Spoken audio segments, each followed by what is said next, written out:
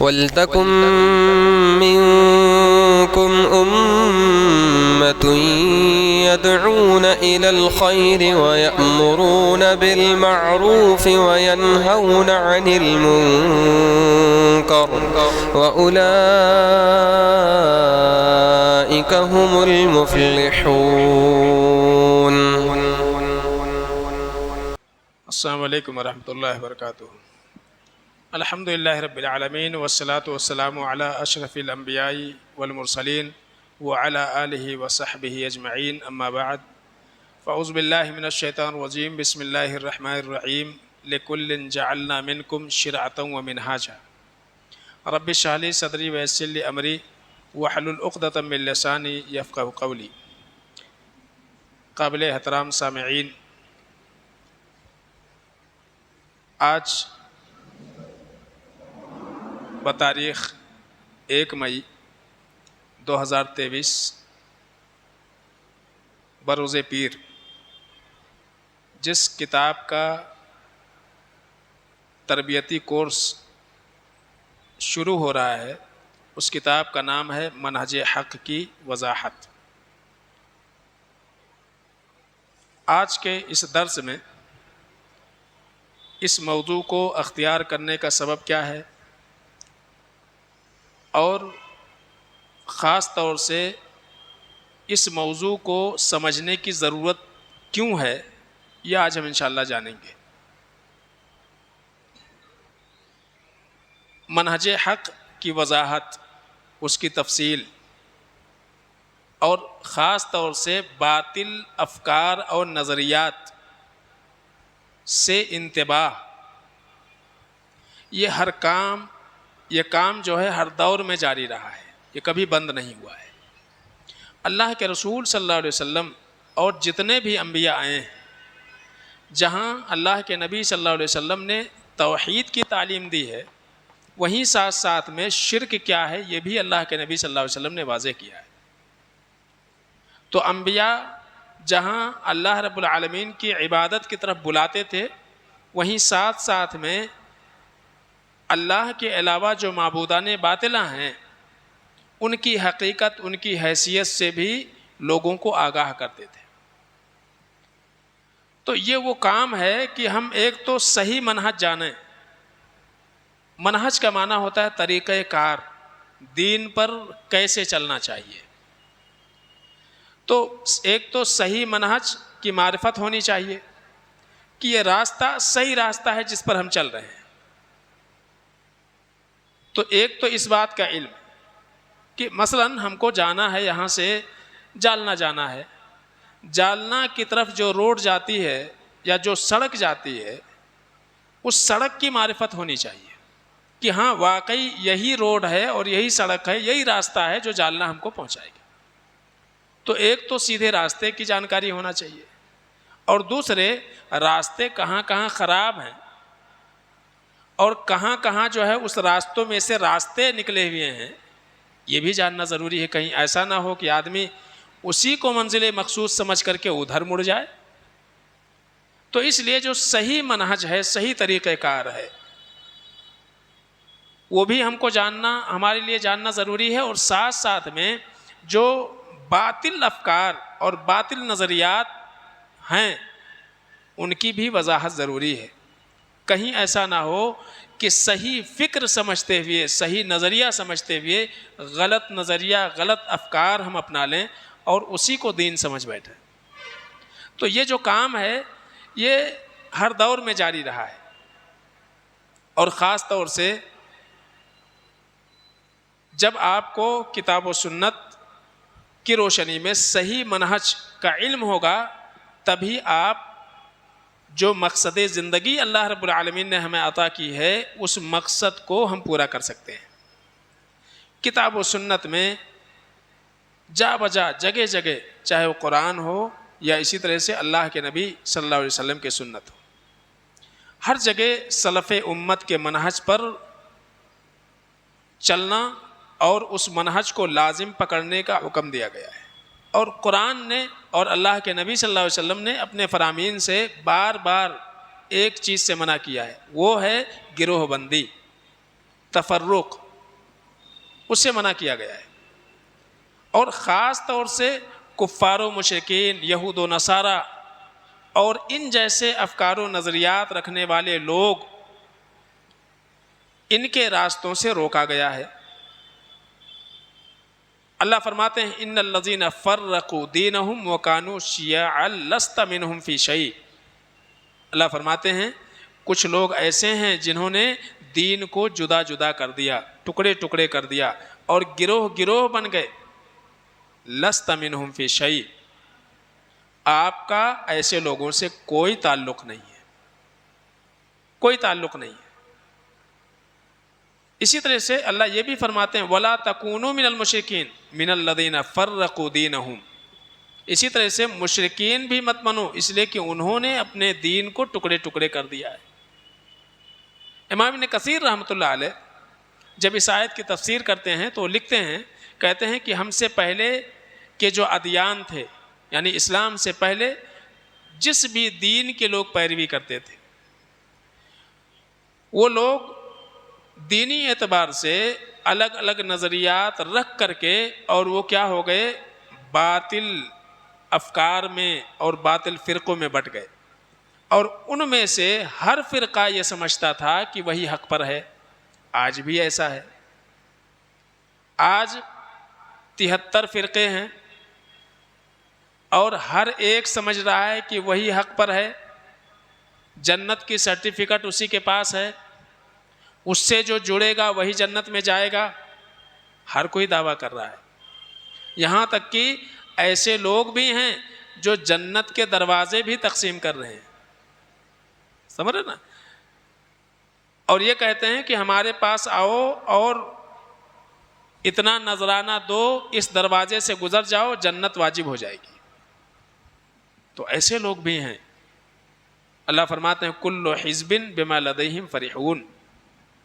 ہر ایک کے پاس جو کچھ ہے وہ اس کو حق سمجھ رہا ہے، سچ سمجھ رہا ہے اور وہ خوش ہے اس کے اوپر.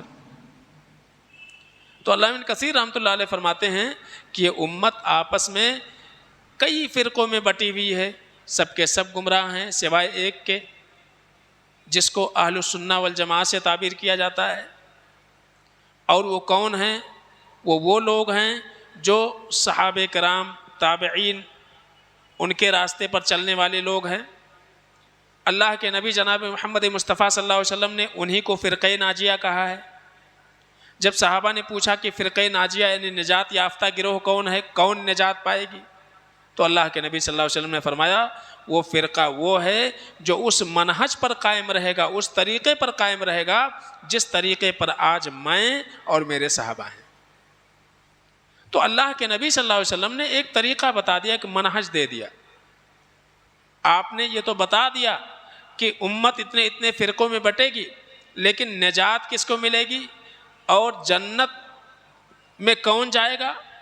اللہ کے رسول صلی اللہ علیہ وسلم نے فرمایا وہ جس طریقے پر آج میں ہوں اور میرے صحابہ ہیں.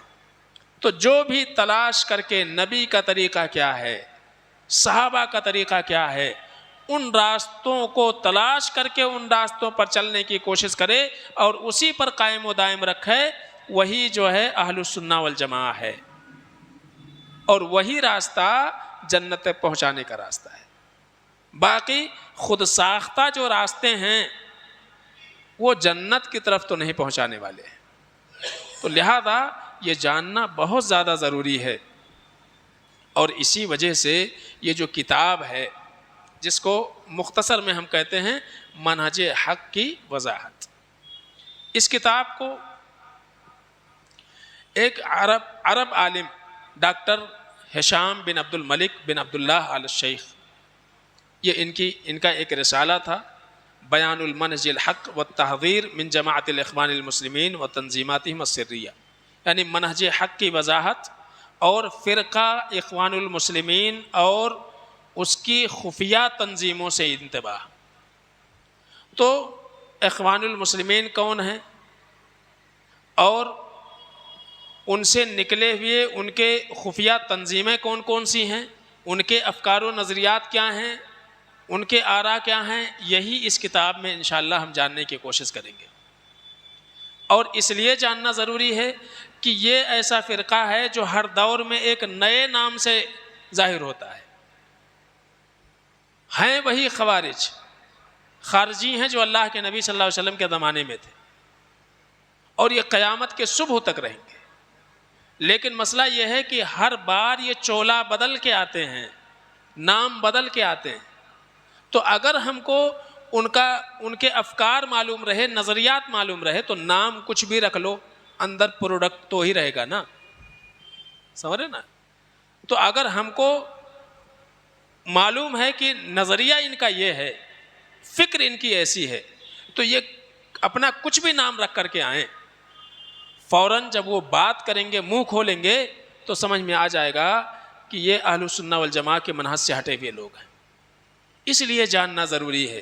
اور آج کے دور میں جتنی بھی دہشت گردانہ سرگرمیاں دنیا کے کسی بھی کونے میں انجام دی جا رہی ہیں اسلام کے نام پر، وہ سارے انہی کی کارکردگی ہے.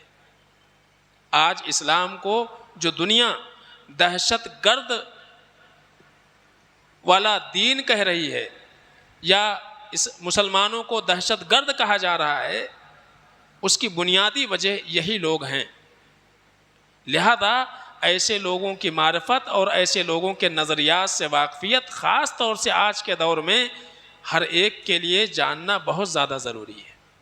اس لیے کہ آج بہت سارے نوجوان اگر انہیں اس بات کی معرفت نہ ہو تو ان لوگوں کے چال کے بہت جلدی شکار ہو جاتے ہیں. لہذا یہ جو کتاب ہے منہج حق کی وضاحت، اور خاص طور سے فرقہ اخوان المسلمین اور اس کی خفیہ تنظیموں سے انتباہ، اس کا مقصد یہی ہے کہ ہم ایسے لوگوں کے افکار و نظریات سے واقفیت حاصل کریں. یہ کتاب جیسا کہ میں نے کہا فضیلت الدکتور شیخ حسام بن عبد الملک رحمہ اللہ کی ہے، اور اس کا ترجمہ جمعیت اہل حدیث ممبئی کے مبلغ، دائی، مترجم، بہت سارے کتابوں کے مؤلف فضیلت الشیخ عنایت اللہ مدنی حفظہ اللہ نے کیا ہے. کئی ساری کتابیں ان کی ہیں اور آپ ان سے واقف ہیں، اپنے پاس الحمدللہ کئی مرتبہ وہ آ چکے ہیں. تو انہوں نے جو ہے اس کتاب کا ترجمہ کیا ہوا ہے. تو یہ کتاب جو ہے انتہائی اہم ہے. تو آج جو مقصد سامنے آپ کے آ گیا کہ اس کتاب کو منتخب کرنے کا مقصد کیا ہے، کہ آج بہت سارے لوگوں کو ہم جانتے ہیں کہ ہم کو فلاں جگہ جانا ہے، منزل تک پہنچنا ہے، لیکن راستے کی معرفت نہیں ہے، تو پھر ہم راستہ بھٹک جائیں گے. اور خاص طور سے ایک ایسا راستہ جس سے کئی سارے راستے نکلے ہوئے ہوں تو پہچاننا تھوڑا مشکل ہوتا ہے کہ پتہ نہیں کون سا راستہ ہے.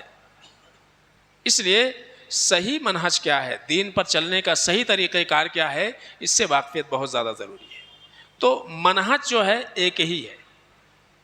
دین نے، اسلام نے جو ہم کو منہج دیا ہے وہ ایک ہے، کئی نہیں ہے. راستہ ایک ہے، راستے نہیں ہیں. یاد رکھیے، 4 راستے نہیں ہیں، 5 نہیں ہیں، 6 نہیں ہیں، کئی نہیں ہیں، 12 نہیں ہیں شیعوں کی طرح سے. تو راستہ ایک ہی ہے. اللہ فرماتے ہیں وَأَنَّ هَذَا صِرَاطِي مُسْتَقِيمًا، یہ میرا سیدھا راستہ ہے. یعنی مجھ تک پہنچنے کا، میری رضا حاصل کرنے کا، جنت حاصل کرنے کا، کامیاب ہونے کا ایک ہی راستہ ہے. تو اللہ نے فرمایا کہ میرا ایک ہی راستہ ہے، فَاتَّبِعُوهُ، اسی راستے پر چلنے کی کوشش کرو.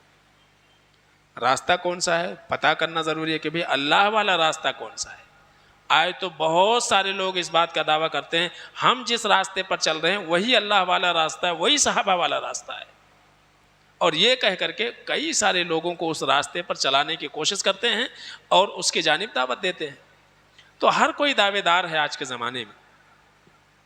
اللہ فرماتے ہیں فَاتَّبِعُوهُ وَلَا تَتَّبِعُوا السُّبُلَ، راستوں کی پیروی مت کرو. کہتے ہیں کہ کدھر سے بھی آؤ پہنچنا تو وہیں ہے. بالکل ایسا نہیں ہے. منہج ایک ہے، راستہ ایک ہے، راستے نہیں ہیں. جنت تک جانے کا راستہ ایک ہی ہے، کئی نہیں ہے. اسی لیے اللہ فرماتے ہیں وَأَنَّ هَذَا صِرَاطِي مستقیم، میرا جو راستہ ہے بالکل سیدھا ہے، اس میں کوئی ٹیڑھا پن نہیں ہے. وَلَا تَتَّبِعُوا السُّبُلَ، راستوں کی پیروی مت کرو. فَتَفَرَّقَ بِكُمْ عَنْ سَبِيلِهِ، اگر تم راستوں پر چلنے کی کوشش کرو گے تو اللہ کے راستہ سے وہ راستے تم کو جدا کر دیں گے. اللہ کا جو راستہ ہے جس پر آپ چل رہے ہیں، اس راستے سے یہ راستے تم کو کیا کر دیں گے؟ دور کر دیں گے، جدا کر دیں گے. تو اللہ کے نبی جناب محمد مصطفیٰ صلی اللہ علیہ وسلم کے زمانے میں تمام صحابہ رضوان اللہ علیہم اجمعین اللہ کے نبی صلی اللہ علیہ وسلم کی اتباع کرتے تھے، پیروی کرتے تھے. کچھ بھی مسئلہ ان کے سامنے پیش ہوتا تھا تو کس کے پاس جاتے تھے؟ اللہ کے نبی صلی اللہ علیہ وسلم کے پاس. یہی طریقہ تھا. تو وہی حق پر قائم تھے، ایک منہج پر چل رہے تھے، چاہے وہ ابو بکر ہوں، عمر ہوں، عثمان ہوں، علی ہوں. ہر زمانے میں صحابہ کا دستور یہی رہا، وہ اللہ کے نبی صلی اللہ علیہ وسلم کے راستے پر چلتے رہے. حضرت علی رضی اللہ تعالیٰ عنہ کے دور میں اختلاف اور فرقہ واریت کا آغاز ہوا. یہاں سے آغاز ہوا. خوارج خاص طور سے جو جدا ہوئے، الگ ہوئے، وہ تو وہیں سے تھے اللہ کے نبی صلی اللہ علیہ وسلم کے زمانے ہی سے، لیکن انہوں نے اپنی جو الگ شناخت بنائی، الگ پہچان بنائی، وہ وہیں سے نکلے حضرت علی رضی اللہ تعالیٰ عنہ کے دور خلافت میں. اور اسلام سے نسبت کرنے والے بہت سارے فرقے پھر نمودار ہوئے، اور آج تک مسلسل کئی سارے فرقے آ رہے ہیں، پیدا ہو رہے ہیں. اور یہ سارے فرقے اللہ کے نبی جناب محمد مصطفیٰ صلی اللہ علیہ وسلم کے منہج اور طریقے کے خلاف ہیں. اللہ کے رسول صلی اللہ علیہ وسلم نے بہت واضح طور سے یہ بات فرما دیا، قد ترکتکم علی البیضاء، اے لوگو ہم نے تم کو ایک روشن شاہراہ پر چھوڑا ہے، ایک ایسے راستے پر لا کر کے ہم نے تم کو چھوڑ دیا ہے جو راستہ بالکل واضح ہے، اس میں کوئی کجی نہیں ہے، کوئی ٹیڑھا پن نہیں ہے. لیلھا کنہاریھا، اس کی جو راتیں ہیں بالکل دن کے مانند ہیں. ایسا نہیں ہے کہ وہ راستہ کبھی دھندلا ہو جاتا ہے، کبھی دکھائی نہیں دیتا ہے، بالکل ایسا نہیں ہے. تو ہم کو نبی کا راستہ ڈھونڈنا ہے، جس راستے کو اللہ کے نبی صلی اللہ علیہ وسلم نے فرمایا کہ یہ روشن ہے. لا یزیغ عنہا بعدی الا ہالک، اللہ کے نبی فرماتے ہیں کہ میرے اس راستے کو وہی چھوڑے گا جس کا مقصد ہلاکت ہوگی، جو ہلاک ہونا چاہے گا وہی چھوڑے گا. معنی کیا ہے؟ جس نے نبی کے راستے کو چھوڑا وہ کیا ہو گیا؟ ہلاک ہو گیا، برباد ہو گیا. تو ظاہر سی بات ہے کہ منہج جو اللہ کے نبی صلی اللہ علیہ وسلم نے دیا، جو طریقہ کار دیا، وہ ایک ہی ہے. معنی کیا ہوا؟ معنی یہ ہوا کہ دین کو سمجھنے کے لیے اور دین پر چلنے کے لیے قرآن اور سنت، یہ دو چیزیں ہمارے لیے مصدر ہیں، ماخذ ہیں. ہم کو دین یہیں سے لینا ہے، اہل قرآن کی طرح سے نہیں کہ صرف اور صرف قرآن پر تدبر کرنے سے معاملہ حل ہو جائے گا. حدیث کی ضرورت نہیں ہے، سمجھ رہے نا؟ حدیث کی ضرورت ہم کو نہیں ہے. تو یاد رکھیے یہ کیا ہے؟ نبی کے راستے سے انحراف ہے، اور انکار حدیث کا ایک نیا روپ ہے یہ. تو صرف اور صرف قرآن کافی نہیں ہے، بلکہ قرآن کے ساتھ ساتھ حدیث کی ضرورت ہے. تو ہمارا مصدر اور ماخذ دین ہم قرآن اور سنت سے لیں گے، صرف قرآن سے نہیں. کوئی قرآن کو چھوڑ دے، خالی حدیث سے دین نہیں سیکھ سکتا ہے. تو قرآن و سنت دونوں ماخذ ہیں ہمارے لیے. اور منہج تلقی کیا ہے، کیسے لیں گے، یہ بھی اہم مسئلہ ہے. ہر کوئی اپنے اپنے دماغ سے لے لے تب بھی گمراہ ہو جائے گا، تب بھی وہ منزل کو نہیں پا سکتا ہے، صحیح راستے کو نہیں پا سکتا ہے. سمجھ رہے نا؟ دوا میڈیکل سے لینی ہے معلوم ہے، لیکن بیماری کون سی ہے اور کون سی بیماری میں کون سی دوا لینی ہے، کتنی لینی ہے، یہ تو ڈاکٹر ہی بتائیں گے نا. سمجھ رہے نا؟ ایسا نہیں ہے کہ میڈیکل ہی کھول لو ساری دوا ہمارے پاس رہے گی، تو کچھ بھی لینے سے تھوڑی بیماری ٹھیک ہو جائے گی. آپ کا پیٹ دکھ رہا ہے، سر دکھنے کی گولی کھا رہے ہیں تو کیسا علاج ہوگا؟ تو مسئلہ یہ ہے کہ ہم کو یہ معلوم ہو گیا کہ دوا کہاں سے ملے گی، وہ کیا ہے؟ کتاب و سنت. دوا یہاں سے ملے گی. دوا لینی کیسے ہے؟ ویسے لینی ہے جیسا کہ ڈاکٹر بتائے گا، ہے کہ نہیں؟ جیسا کہ ڈاکٹر بتائیں گے دوا ویسی لینی ہے. تو دین کے ڈاکٹر کون ہیں؟ اللہ کے نبی جناب محمد مصطفیٰ صلی اللہ علیہ وسلم اور صحابہ. اس لیے کہ انہوں نے اللہ کے نبی صلی اللہ علیہ وسلم کو تعلیم کس نے دی؟ اللہ نے دی. اور محمد رسول اللہ صلی اللہ علیہ وسلم نے تعلیم کس کو دی؟ صحابہ کو دی. صحابہ نے کس کو دی؟ تابعین کو دی. تابعین نے علم حاصل کیا اور تابعین نے علم دیا تبع تابعین کو. تو یہ سلسلہ چلتا رہا. تو ہم کو دین ویسے لینا ہے جیسا کہ صحابہ نے نبی سے لیا ہے. قرآن کو اللہ رب العالمین کی مراد پر ہم کو سمجھنا پڑے گا. حدیث کو محمد رسول اللہ صلی اللہ علیہ وسلم کے مراد پر سمجھنا پڑے گا. کسی بھی قرآن کی آیت کو پڑھتے ہوئے ہمارے ذہن میں جو فہم آ رہا ہے وہ فہم معتبر ہے یا نہیں ہے، اس کو جانچنے کے لیے ہم کو نبی کے فہم کو پیمانہ بنانا پڑے گا کہ کیا اس آیت سے اور اس حدیث سے اللہ کے رسول صلی اللہ علیہ وسلم ہم کو یہی سمجھانا چاہتے تھے. قرآن کی اس آیت سے یہی عقیدہ نکل رہا ہے جو ہم سمجھ رہے ہیں. آج کتنے ساری بدعقیدگیاں قرآن سے لوگ لیتے ہیں. وجہ یہ ہے کہ عقیدہ اور عمل جب تک کہ محمد رسول اللہ صلی اللہ علیہ وسلم کے فہم سے ہم نہیں لیں گے، نہ عقیدہ ہمارا درست ہو سکتا ہے اور نہ ہی ہمارا عمل صحیح ہو سکتا ہے. تو ماخذ معلوم ہے کہاں سے لینی ہے اور کیسے لینی ہے. جیسے کہ صحابہ نے لیا ہے ویسا لینا ہے. اور اسی لیے اللہ تعالیٰ نے صحابہ کو معیار بنا دیا. فَإِنْ آمَنُوا بِمِثْلِ مَا آمَنْتُمْ بِهِ فَقَدْ اهْتَدَوْا. صحابہ کو خطاب کرتے ہوئے اللہ تعالیٰ نے کہا کہ اے میرے صحابہ، اگر یہ لوگ یہود و نصارہ مشرکین ویسا ایمان لائیں جیسا کہ تم ایمان لائے ہو، دین ویسا سمجھ لیں جیسا کہ تم نے دین کو سمجھا ہے، فقد اہتدوا، تو یہ بھی کیا ہو جائیں گے؟ ہدایت یافتہ ہو جائیں گے. تو پتہ یہ چلا کہ ہمارا فہم معتبر ہے یا نہیں، ہماری سمجھ صحیح ہے یا صحیح نہیں ہے. اس کے لیے اللہ نے کیا دیا ہے؟ پیمانہ. اور وہ پیمانہ کیا ہے؟ فہم صحابہ. جب بھی کوئی نظریہ پیش کرے، جب بھی کوئی شخص کوئی عقیدہ، کوئی نظریہ، کوئی فکر آپ کے سامنے رکھے، آپ کے لیے ضروری ہے کہ آپ اس کو صحابہ کے فہم پر تول لو کہ کیا اس آیت سے، اس حدیث سے صحابہ نے یہی سمجھا تھا اور یہی سمجھ کے عمل کیا تھا. فوراً دودھ کا دودھ اور پانی کا پانی جو ہے سمجھ میں آ جائے گا. تو آج لوگ کیا کر رہے ہیں؟ لوگ دین کو اپنے فہم پر سمجھنے کی کوشش کرتے ہیں. اسی لیے آج گمراہیاں پھیل رہی ہیں.